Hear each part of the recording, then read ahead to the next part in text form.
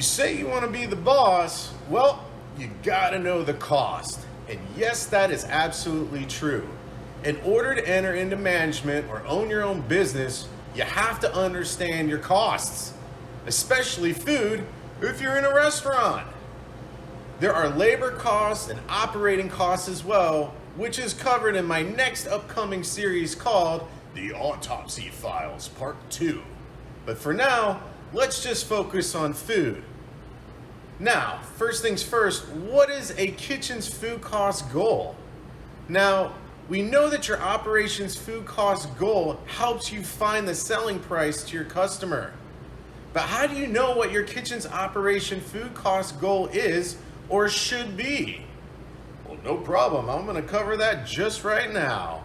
As a rule of thumb, or the rule of thumb, is that the cheaper the ingredients usually means the cheaper the food cost goal. All right?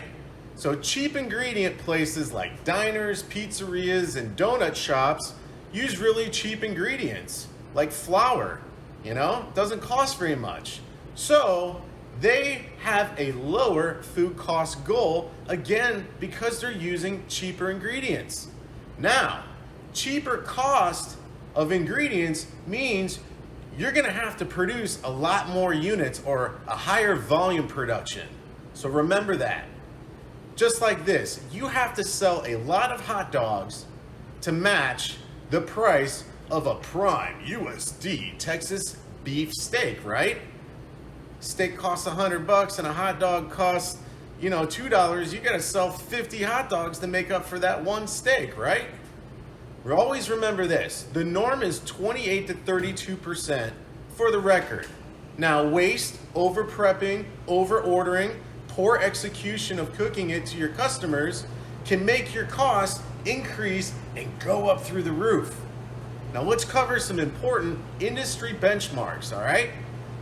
Food cost goals of 20 to 26% is usually for diners, pizzerias, fast food spots, and even fast casual.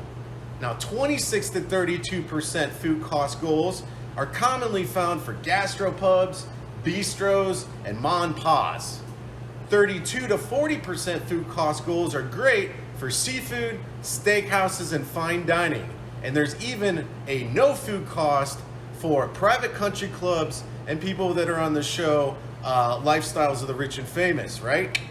So with restaurant profits ranging on average between 3 to 12%, this means you really can't afford to make a mistake. So if you aspire to enter management, become a chef, or own your own business or food truck, math is absolutely vital. So message me below, and together, you and me will learn culinary math. So let's stop talking and let's start doing. #, we got this.